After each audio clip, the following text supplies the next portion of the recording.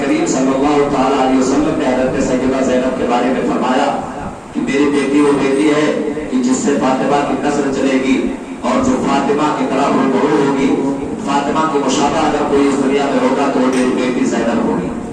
حضرت زینب رضی اللہ تعالیٰ عنہ کا پردے کا عالم یہ تھا کہ کربلا میں آپ حضرات نے ملاحظہ کیا ہوگا جس وقت یزیدی اور بھیڑیوں میں سیدہ زینب اور آپ کے آل کے سروں سے دوپٹہ چھینا تھا، تو پردے کا عالم یہ تھا کہ آپ تمامی خواتین نے اپنے بالوں سے اپنے سروں کو ڈھانپ لیا تھا اور آسمان کی طرف سر اٹھا کر فرمایا تھا میرے رب تو گواہ رہنا، زینب کا وہ سر جس کو کبھی دھوپ نے نہ دیکھا، جس کو کبھی سورج نے نہ دیکھا، کائنات کے کسی انسان نے نہ دیکھا، لیکن آج تیرے محبوب کے دین کی بقا سے خاطر میرے بھائی نے قربانی پیش کی اور ان ظالموں نے ہم کو جو پردہ فرمایا ہے، اس زمانے میں بھی اس ایسے حالت میں بھی تمامی خواتین نے اپنے سروں کو اپنے چہرے کو بالوں سے ڈھانپ کر دنیا کی خواتین کو یہ اعلان کیا تھا کہ اے میرے امت کے بیٹیوں، اے خاتون جنت فاطمہ الزہرا کی کنیزوں، حالات کیسے بھی ہو جائے پردے سے تمہیں نہیں بچنا ہے، پردہ ہر حال میں تمہیں کرنا ہے۔ پردے کا عالم تو یہ تھا کہ جس وقت آپ چھوٹی تھی، سیدہ زینب جس وقت مدینہ شریف کے باہر جایا کرتی تھی تو امام علی مقام اپنے دونوں شہزادوں کو باہر بھیجا کرتے تھے کہ جاؤ میری بیٹی کے پیچھے چلے جاؤ اور جہاں جہاں اس کے قدم کے نشانات پڑ رہے ہیں ان نشانات کو مٹاتے چلے جاؤ، تاکہ یہ نہ ہو کہ میری بیٹی کے قدموں کے نشانات پر بھی کسی غیر کی نظر پڑے۔ اللہ اکبر، یہ پردے کا اہتمام تھا اور اس طرح تربیت سیدہ زینب کی گئی تھی۔ سیدہ زینب، اب دیکھیں زینب کا معنی کیا ہوگا؟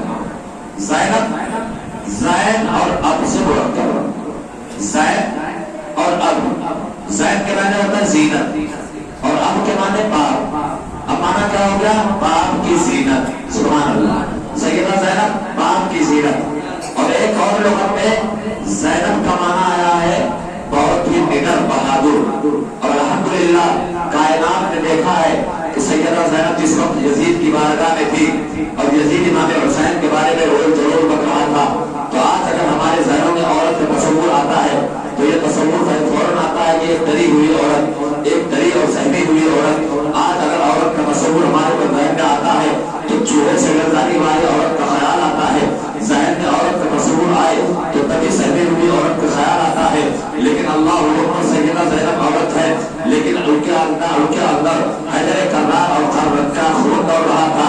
آپ نے فاطمہ زہرا رضی اللہ تعالیٰ عنہ کا دودھ پیا تھا، سرکار دو عالم صلی اللہ تعالیٰ علیہ وسلم کی زبان مبارکہ چوسی تھی۔ آج دنیا کی خواتین کا اگر خیال آئے تو ڈری اور سہمی ہوئی عورت کا خیال آئے، لیکن زمانے نے دیکھا تھا کہ ایک عورت ہونے کے باوجود جس وقت امام حسین کے قاتلوں نے سیدہ زینب کو کھڑا کیا تھا اور اور ضرور بکنا شروع کیا تھا اور فرمایا تھا کہ ہم نے حسین کو مار دیا ہے، حسین کے حواریوں کو مار دیا ہے، اب یہ کیسے دین چلے گا؟ اب مصطفیٰ کے دین کو چلانے والا کون ہے؟ اللہ اکبر۔ حیدر کرار کے اس شیر کی بیٹی نے یزید کے کھڑے بارگاہ میں کھڑے ہو کر یاد کیا تھا اور بابا کے دعا نے اعلان کیا تھا کہ یزیدی کتے یزید تو کیا سمجھتا ہے تو نے میرے بھائیوں کو قتل کر دیا، دین گر جائے گا۔ خدا کی قسم ایسا نہیں ہے، جب تک زینب کی رگوں میں حیدر کرار کا خون دوڑتا رہے گا، میں قسم اٹھا کے کہتی ہوں مصطفیٰ کے دین کو کبھی کوئی آج لا ہی نہیں سکتا۔ یہ تھی حضرت زینب رضی اللہ تعالیٰ۔ آپ کا نکاح حضرت علی کے بھائی حضرت جعفر طیار، حضرت عبداللہ بن جعفر طیار کے ساتھ ہوا۔ کل میں نے واقعے میں آپ کا تذکرہ کیا تھا، سفر حج والے واقعے، اور اس کے بعد جو آپ کے تین بیٹے حضرت علی اکبر رضی اللہ تعالیٰ عنہ اور حضرت زین العابدین رضی اللہ تعالیٰ عنہ، حضرت علی اصغر رضی اللہ تعالیٰ عنہ۔ زین العابدین کا نام اصل میں زین العابدین نہیں ہے، آپ کا بھی نام ہے علی، حضرت علی اوسط رضی اللہ تعالیٰ، علی اکبر، علی اوسط، علی اصغر، یعنی حضرت امام حسین کو علی نام سے اتنی محبت تھی کہ اپنے تمام بیٹوں کا نام بھی رکھا تو علی ہی رکھا، سبحان اللہ۔ اور جس وقت یزید نے امام زین العابدین کو کھڑا کیا تھا، کہا تمہارا نام کیا ہے؟ کہا میرا نام علی ہے، علی۔ یزید نے کہا کہ وہی علی جس کی جوانی کو ہم نے کربلا میں پامال کر دیا؟ کہا نہیں، وہ علی اکبر تھے۔ کہا اچھا وہ علی جس کے حلق کو ہم نے چھلنی کر دیا تھا؟ کہا نہیں، میں دوسرا علی ہوں، وہ علی اکبر تھے، وہ علی اصغر تھے، میں علی اصغر ہوں۔ یزید نے طرز کسا اور کہا حسین کے کتنے علی مار رکھے تھے؟ خیال کیا ہے. امام زین العابدین فرماتے ہیں نادان تو کیا سمجھتا ہے میرے بابا جان کو علی نام سے اتنی محبت تھی کہ ہم تین ہی تھے تو تینوں کا نام علی رکھا ہے. خدا کی قسم اگر میرے باپ کو ہزاروں بیٹے ہوتے تو میرے باپ کو علی کے نام سے اتنی محبت تھی کہ میرے باپ ہزاروں کے نام علی رکھتے. اللہ اکبر.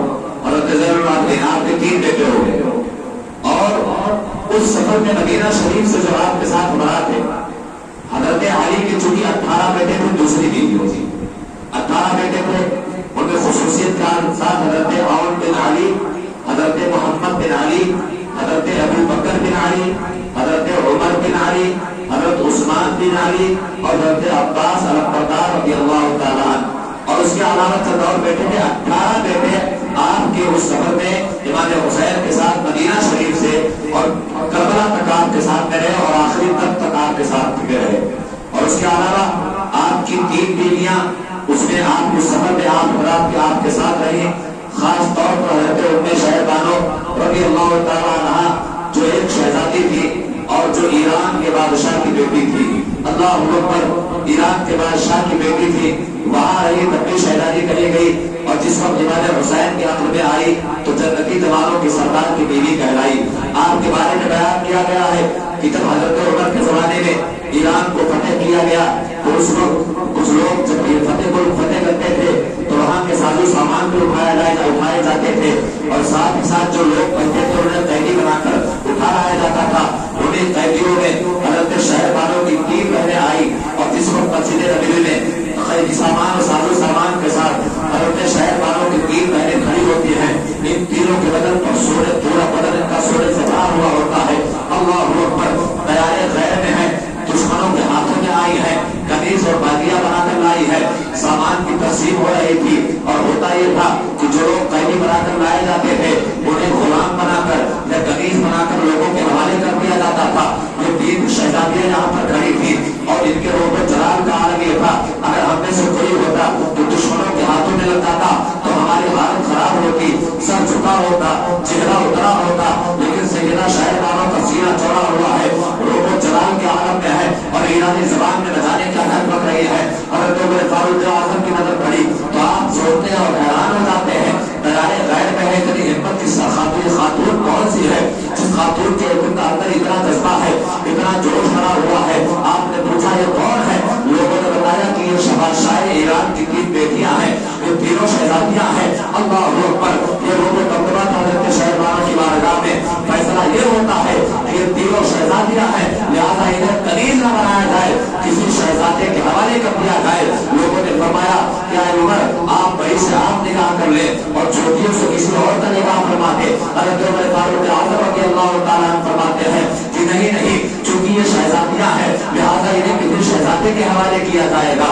اللہ اکبر. اور شہزادیاں اور حضرت شہبانوں کو امام حسین کے نکاح میں بھیج دیا گیا. دوسری شہزادی کو حضرت عبداللہ ابن عمر کے حوالے کر دیا گیا.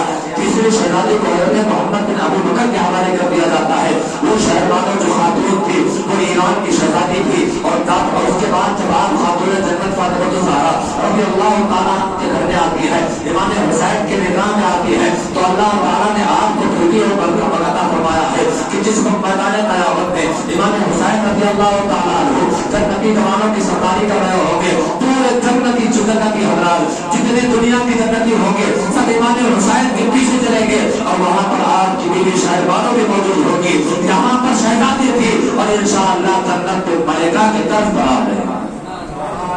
حضرت سیدنا زینب رضی اللہ تعالیٰ عنہ کے علاوہ ایک روایت میں ایک اور بیٹی کا تذکرہ ہے حضرت علی کے حضرت ام کلثوم رضی اللہ تعالیٰ. روایات میں آیا ہے, کچھ روایات میں ہے کچھ روایات میں نہیں ہے. روایات میں آیا ہے کہ آپ حضرت علی کی سب سے چھوٹی بیٹی تھی اور آپ کا نکاح حضرت عبداللہ ابن جعفر طیار کے بھائی یعنی حضرت زینب رضی اللہ تعالیٰ عنہ کے دیور حضرت محمد بن جعفر طیار کے ساتھ ہوا. لیکن یہ وہ خاتون کی جن کا نکاح سب سے پہلے حضرت عمر رضی اللہ تعالیٰ عنہ کے ساتھ ہوا. حضرت عمر رضی اللہ تعالیٰ کے زمانے میں جس وقت آپ نکاح کے لائق ہوتی ہے تو حضرت عمر نے مولا کائنات مولا علی کی بارگاہ میں نکاح کا پیغام بھیجا. فرمایا اے میرے آقا, اے میرے مولا, میں یہ چاہتا ہوں کہ آپ اپنی اس بیٹی کا نکاح مجھ سے کر دیں. حضرت مولا کائنات مولا علی نے کہا کہ عمر آپ کیا بات کر رہے ہیں, آپ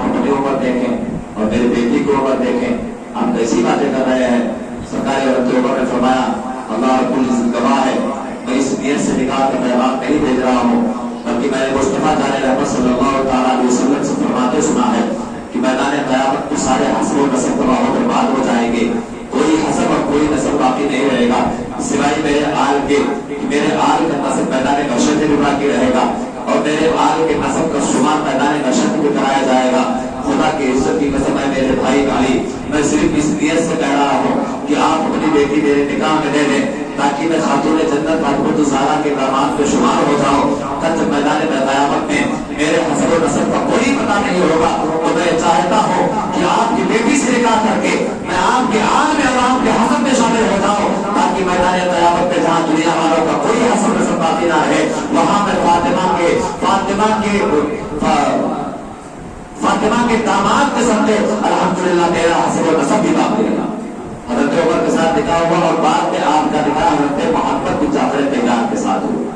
یہ لوگ شامل ہوئے اور اس کے بعد باری آتی ہے تاجدار وفا تاجدار قمر بنو ہاشم کی غازی پاک کی حضرت عباس البردار رضی اللہ تعالیٰ عنہ کی باری آتی ہے.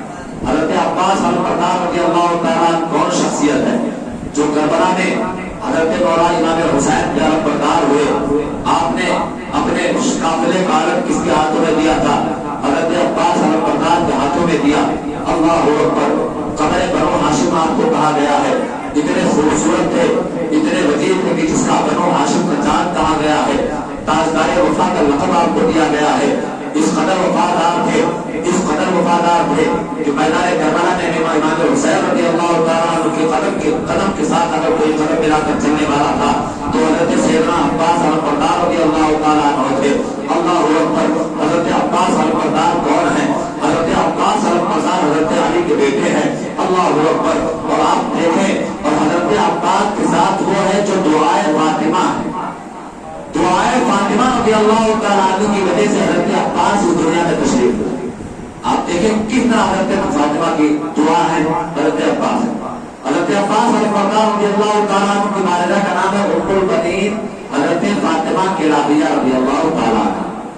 آپ کی والدہ کا نام ہے حضرت فاطمہ کلابیہ رضی اللہ تعالیٰ عنہ اور آپ کا لقب ہے ام البنین. ام البنین کیوں کہا گیا؟ اس کی وجہ آئیے ملاحظہ کریں. جس وقت حضرت سیدہ خاتون جنت فاطمہ الزہرا رضی اللہ تعالیٰ عنہ آخری ایام میں تھی مرض وصال میں مبتلا تھی. آپ حضرت علی سے کہتے ہیں کہ اے علی جب تم میرے وصال کے بعد نکاح کرو گے.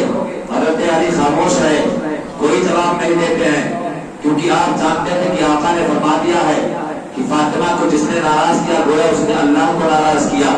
اللہ اکبر. حضرت خاتون جنت کے ذرا شان ملاحظہ فرمائیں. خاتون جنت کو جس نے ناراض کیا اللہ کے محبوب نے فرمایا گویا اس نے اللہ کو ناراض کیا اور جس نے اللہ کو ناراض کیا وہ دائرۂ اسلام سے خارج ہو جاتا ہے. حضرت علی کو پتا تھا کہ اگر میں نکاح کروں گا لیکن اگر میں نے اس وقت فاطمہ کے سامنے کہا کہ ٹھیک ہے میں نکاح کروں گا تو ہو سکتا ہے فاطمہ ناراض ہو جائے. اور محبوب نے بتا دیا تھا کہ فاطمہ کی ناراضگی رب کی ناراضگی ہے اور رب کی ناراضگی ایمان جانے کا خطرہ ایمان کی وجہ سے ایمان جانے کا خطرہ ہے. لہذا آپ خاموش رہتے ہیں. لیکن خاتون جنت فاطمہ الزہرا رضی اللہ تعالیٰ عنہ فرماتی ہے اے میرے تاجدار اے میرے خاوند آپ کرو گے تو ضرور. اللہ اکبر. دیکھیں انداز کیا تھا.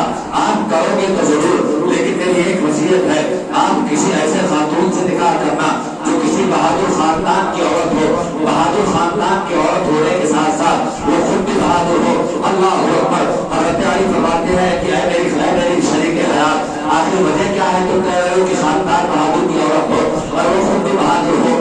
آپ فرماتے ہیں کہ اے میرے تاجدار آپ کو پتا ہے کہ جس وقت میدان کربلا میں میرا بیٹا حسین یزیدی پھیڑیوں کے دربے میں ہوگا اس وقت آپ اس کی مدد کو ہوں گے نہ میں مدد کو ہوں گی. لہٰذا میں یہ چاہتی ہوں کہ جس عورت سے آپ نکاح کریں اس عورت کو میں دعا دیتی ہوں کہ اللہ اس کے جتنے اولاد پیدا فرمائے سب لڑکے اولاد ہو تاکہ وہی اولاد پر میدان کربلا میں میرے حسین کے ساتھ کھڑے رہیں گے.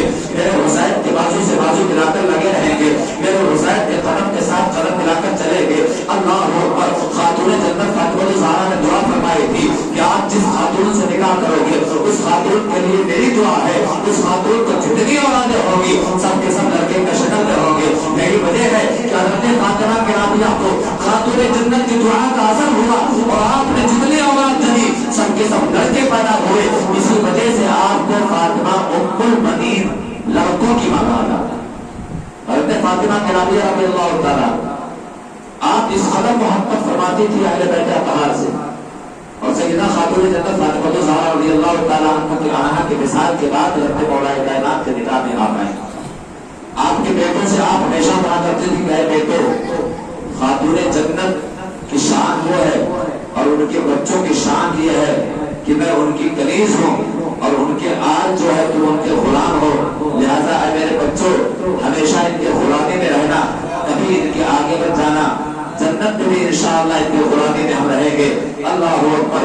خاتون جنت کی بعد حضرت علی کے نکاح میں آنے والی اس خاتون جس کا نام فاطمہ کلابیہ رضی اللہ تعالیٰ عنہا تھا، آپ نے اپنے بچوں کو ہمیشہ یہ سکھایا تھا کہ آپ کے بچے ان کے نوکر ہو، اہل بیت کے غلام ہو، اہل بیت کے سامنے کبھی سر اٹھا کر نہیں چلنا۔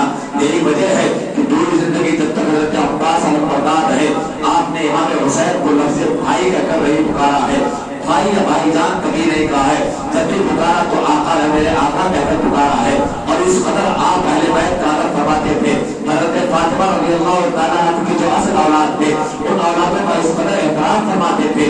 آپ کے بس بارے میں فرمایا تھا شانے بہت چوڑے تھے، بہت لمبے تھے، آپ کی لمبائی کا عالم یہ تھا کہ آپ اگر کھڑے ہوتے اور اونٹ بغل میں کھڑا ہوتا تو آپ اتنے لمبے اور چوڑے تھے کہ آپ اپنے ہاتھ کو اونٹ کی پیٹھ پر رکھ کر یوں کھڑے ہو جاتے تھے، اس قدر لمبے تھے۔ لیکن اہل بیت کی محبت اور اہل بیت کا احترام سلام اللہ فرمائے، ماں نے سکھا دیا تھا بیٹا کبھی اہل بیت آل مصطفیٰ کے سامنے کبھی سر اونچا کرتے نہ چلنا، کبھی ان کے سامنے کھڑے بیٹھنا نہیں۔ یہی وجہ ہے کہ جب کہ امام حسین بیٹھے رہتے حضرت سیدنا عباس کبھی امام حسین کے سامنے بیٹھے نہیں، ہمیشہ کھڑے رہے۔ اور امام حسین تو بعد کی بات ہے، امام حسین کی جو اولاد تھی حضرت علی اکبر، جب آپ ان کے ساتھ چلا کرتے تھے چونکہ آپ بہت لمبے تھے تو چلنے کا انداز یوں ہوتا تھا کہ آپ جب حضرت علی اکبر کے ساتھ چلتے تو اپنے پیروں کو موڑ لیتے اور یوں چل جاتے کہ حضرت علی اکبر کے کندھے سے نیچا آپ کا کندھا ہوتا۔ لوگوں نے پوچھا ہے عباس آپ اس طرح کیوں چلتے ہیں؟ آپ نے فرمایا کہ میری ماں نے مجھے یہ درس دیا تھا کہ اے میرے لاڈلے، اے میرے شہزادے، تم جس گھر سے تمہارا رشتہ جڑا ہے وہ مصطفیٰ دان رحمت کی آل ہے، مصطفیٰ دان رحمت ان کے نانا ہے، مصطفیٰ دان رحمت ان خاندان والوں کے باپ ہے، تم ان کے نوکر ہو اور نوکروں کی یہ شان نہیں ہوا کرتی ہے کہ آقاؤں کے سامنے سر اونچا کر کے چلے۔ لہٰذا یہی وجہ ہے کہ میں جب دین کے ساتھ چلتا ہوں تو اپنے آپ کو جھکا کر چلتا ہوں۔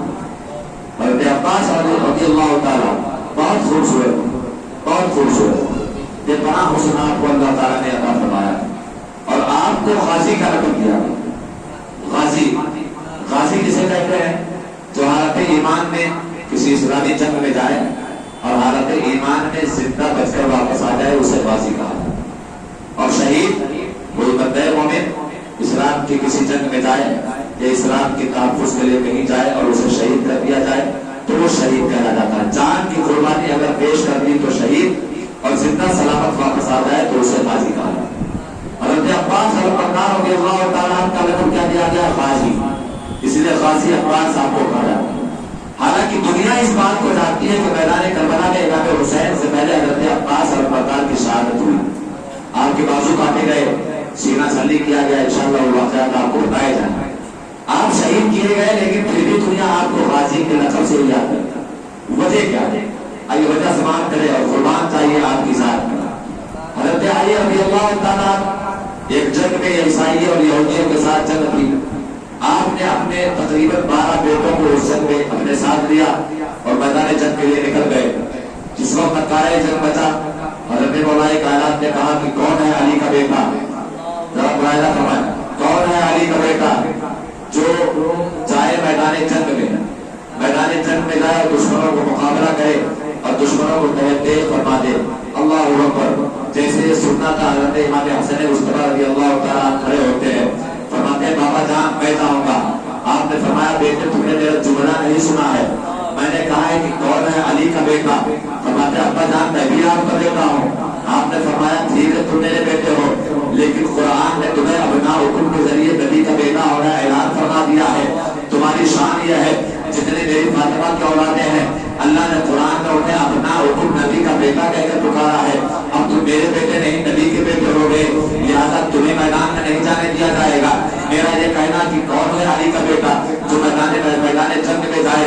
اب اتنا سننا تھا حضرت عباس اس وقت آپ کی عمر صرف 12 سال کی، 12 سال کی عمر میں آپ کھڑے ہوتے ہیں، فرماتے ہیں بابا جان میں جاؤں گا۔ اس سے پہلے جو لوگ اٹھ رہے تھے حضرت علی پوچھتے کہ جاؤ گے میدان میں کتنی دیر میں مار کر آؤ گے؟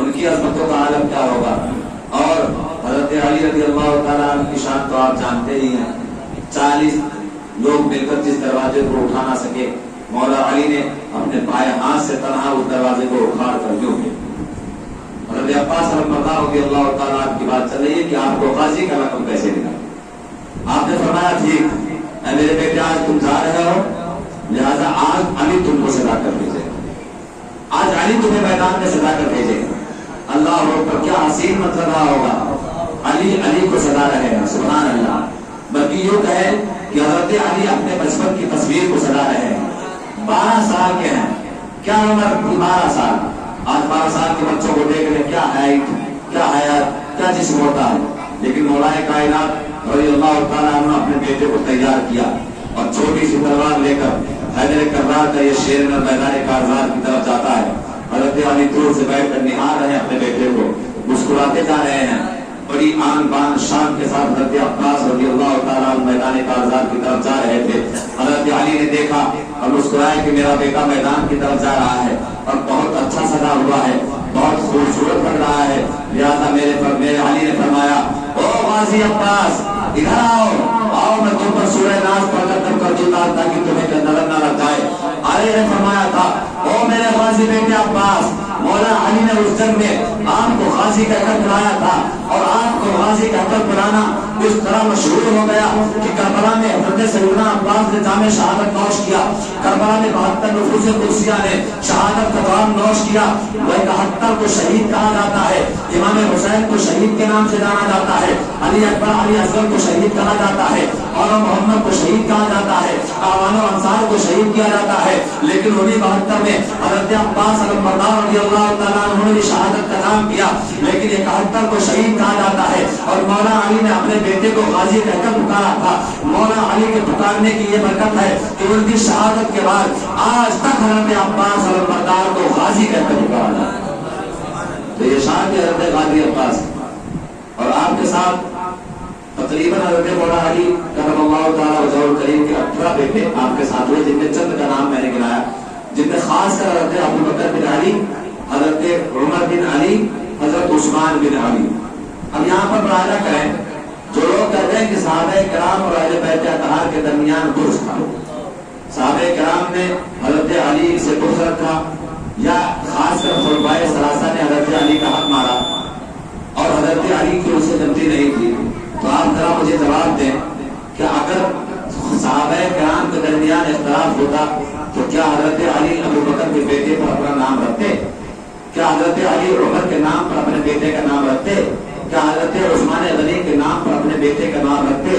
حضرت علی کا ابو بکر اور عثمان و عمر کے نام پر نام رکھنا دے اپنے بیٹوں کا ہمیں یہ درس دیتا ہے کہ صحابہ کے درمیان، صحابہ کرام کے درمیان کبھی کسی بات کا اختلاف نہیں رہا. اور یہ ہفتیہ ہے جنہیں مصطفیٰ رحمت صلی اللہ تعالیٰ علیہ وسلم کی بارگاہ سے سیکھا تھا اور نبی نے انہیں اخلاق اور بھائی چارے کا درس دیا تھا.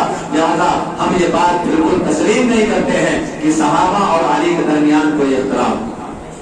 اب آئیے آخری بات، مدینے سے تیاری بالکل نکلنے کی ہو جاتی ہے، قافلہ تیار ہو جاتا ہے، اب نکلنا ہے بس. اب انشاءاللہ جو کب نکلے تھے، کیسے نکلے تھے، یہ کل میں آپ کو بیان کروں گا مکمل، اور کربلا تک انشاءاللہ تک پہنچ جائیں، کربلا تک انشاءاللہ تک پہنچیں گے. آپ نے دوران تقریر ابھی بات سنی کہ خاتون جنت فاطمہ الزہرا رضی اللہ تعالیٰ عنہا جب موجود تھی تو حضرت علی نے کوئی شادی نہیں کی. وجہ یہ تھی کہ میرے آقا نے فرمایا تھا، اے علی جب تک میری بیٹی باحیات رہے گی تو کسی عورت سے نکاح نہیں کرنا. یہ سرکار کا فرمان تھا.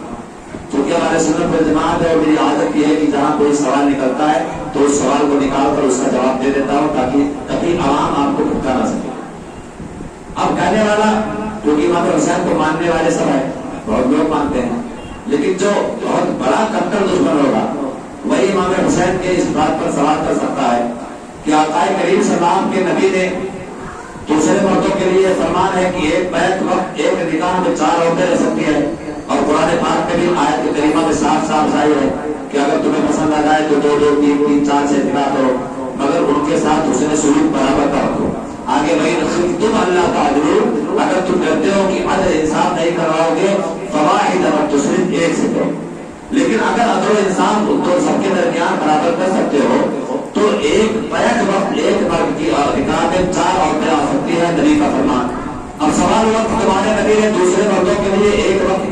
بیویوں پر حکم دیا، اور جب اپنی بیٹی کی بات آئی، باری آئی، اور جس سے نکاح ہوا ان کو بھی ان کا بھی وہ حکم جاری ہو سکتا تھا کہ میں ہم 4 عورتیں رکھ سکتے ہیں، لیکن جب اپنی بیٹی کی باری آئی تو علی کو روک دیا کہ اے علی جب تک میری بیٹی رہے گی تم کسی عورت سے نکاح نہیں کرنا۔ ایسا آخر تو اکھیا کیوں؟ زیادہ سوال سمجھ میں آیا؟ آخر آپ سے کوئی پوچھ لے تو اس کا جواب کیا دیں گے؟ آپ حیران رہ جائیں گے کہ ہاں بات تو صحیح ہے، حضور نے سب کے لیے 4 بیویوں کا حکم دیا، قرآن سے حکم ثابت ہے، لیکن اپنی بیٹی کے لیے جب تک میری بیٹی رہے روک دیا ہے علی سے کہ نکاح نہ کرنا۔ تو اس کے 2 طرح کے جواب دیے، اس کے 2 طرح کے جواب ہے، اور دونوں جواب آپ ملاحظہ کر لیں، اس کے بعد انشاءاللہ میں بات کرتا ہوں۔ ابھی آپ نے حضرت علی کی زبانی آپ نے سنا کہ نبی نے فرمایا تھا کہ فاطمہ کی ناراضگی کس کی ناراضگی ہے؟ اللہ کی ناراضگی ہے۔ میرے رسول صلی اللہ تعالی علیہ وسلم مہربان رسول ہیں، کریم رسول ہیں، رحیم رسول ہیں، وہ اپنے امت کی خبر اور اپنے امت کی بھلائی ہر طرح سے چاہتے ہیں۔ آقا نے فرما دیا تھا کہ جس نے فاطمہ کو ناراض کیا وہ اس نے اللہ کو ناراض کیا، اور جس نے اللہ کو ناراض کیا اس نے اس کا ایمان جاتا رہا۔ تو اگر مصطفیٰ دار رحمت صلی اللہ تعالی علیہ وسلم نے اس بات کا خیال رکھا کہ میری بیٹی کی فاطمہ کے ہوتے ہوئے اگر علی کے نکاح میں کوئی عورت آئی اور کبھی اس عورت سے نہ بنی، گویا اس نے اگر میری بیٹی کو ناراض کر دیا، تو اگر میری بیٹی کو ناراض کیا تو اس نے اللہ کو ناراض کیا، اور جس نے اللہ کو ناراض کیا اس کا ایمان جاتا رہا۔